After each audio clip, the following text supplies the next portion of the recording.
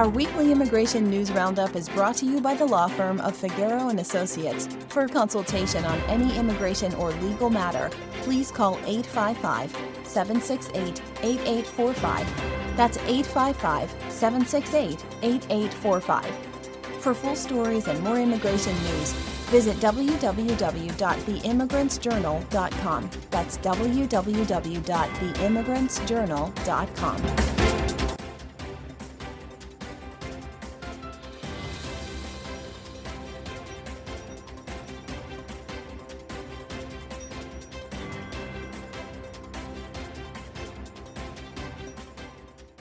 Hello, my name is Mary Campbell, legal assistant at the law firm of Figueroa and Associates, and your presenter with this week's immigration news.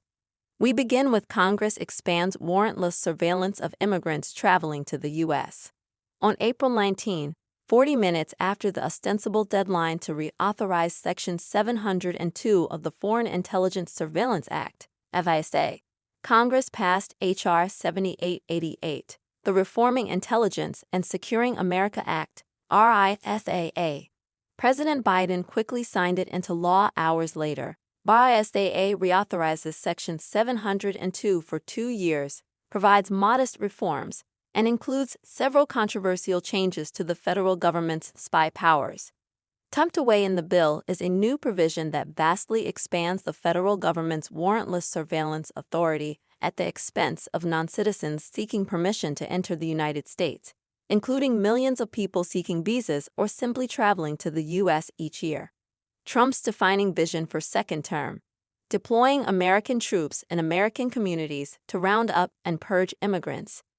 In a new cover story interview in Time, Donald Trump outlines a chilling view of his potential second term, including new details on his plans to rely on the military and law enforcement to conduct a mass purge and roundup of immigrants throughout America, according to Vanessa Cardenas, executive director of America's Voice. What does it say about Donald Trump and his vision for our nation that the central animating feature of his second term seems to be deploying American troops in American communities to conduct the mass purge and roundup of immigrants? This promised great purge of immigrants would not only be devastating for immigrant communities, but would inflict massive damage on all American communities, the economy, and the very idea of our nation as a beacon of freedom and opportunity for people around the world. He has repeatedly promised to become a dictator on day one to achieve this radical vision. DACA recipients will now be eligible for federal health care coverage under new Biden rule. More than 100,000 young immigrants protected by the Deferred Action for Childhood Arrivals program will soon become eligible to receive federal health care coverage for the first time since DACA was implemented over a decade ago. The Biden administration will announce a new federal rule on May 3 allowing DACA recipients to enroll in a qualified health plan through the Affordable Care Act insurance marketplace or become eligible for coverage through a basic health program. An estimated 580,000 young adults who lack legal immigration status and have lived in the U.S. since they were children are currently working or studying without fear of deportation under DACA. An overwhelming majority of DACA recipients were born in Mexico and other Latin American countries. Meanwhile, in New York, DHS transfers migrant families out of shelters with 24 to 48-hour notice. New York City has abruptly started transferring migrant families with children staying in some Department of Homeless Services family shelters, giving them short notice that they must quickly pack up and leave their current homes. The news of the transfer spread quickly at one family shelter on the border of Park Slope and Gowanus this week. According to interviews with several migrant families, the shelter staff told them on Tuesday that in about 24 to 48 hours, they would need to gather their year's worth of belongings and leave the shelter.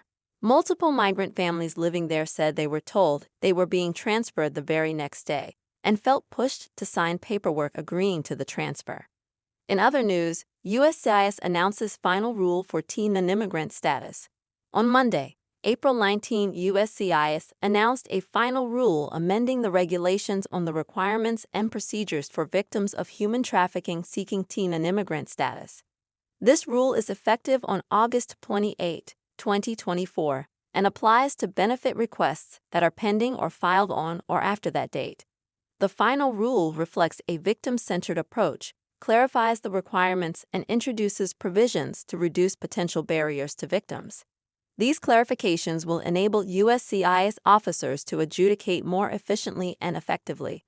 The final rule also improves the program's integrity by clarifying the reporting and evidence requirements for victims of trafficking, which will better help law enforcement act on reports of trafficking. Alabama looks to revive the kind of extreme anti-immigrant policies that left crops rotting in the fields. The Alabama legislature is advancing Texas-style legislation that threatens communities by empowering local law enforcement to arrest and detain anyone they suspect to be an undocumented immigrant.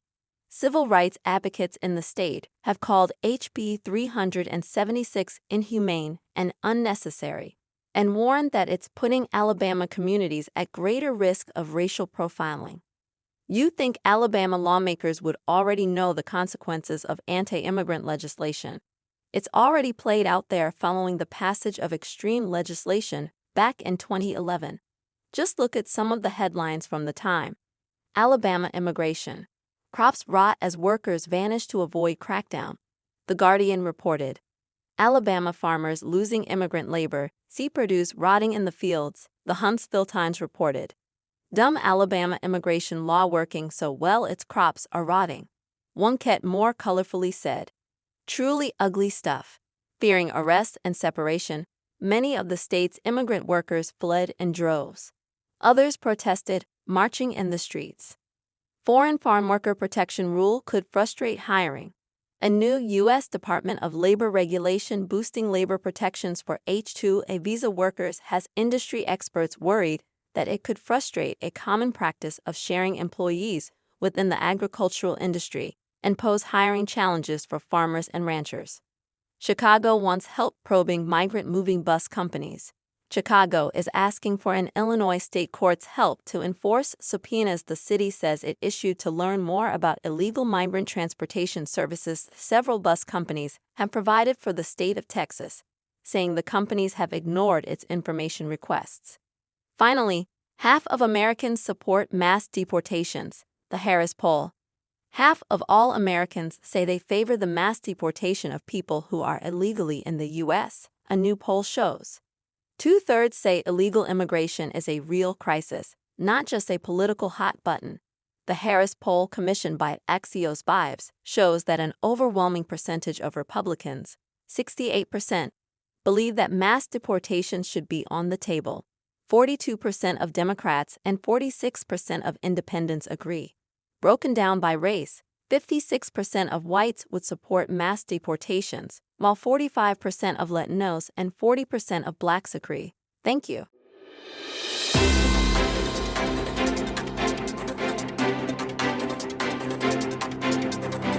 Our weekly immigration news roundup is brought to you by the law firm of Figueroa & Associates. For consultation on any immigration or legal matter, please call 855-768-8845.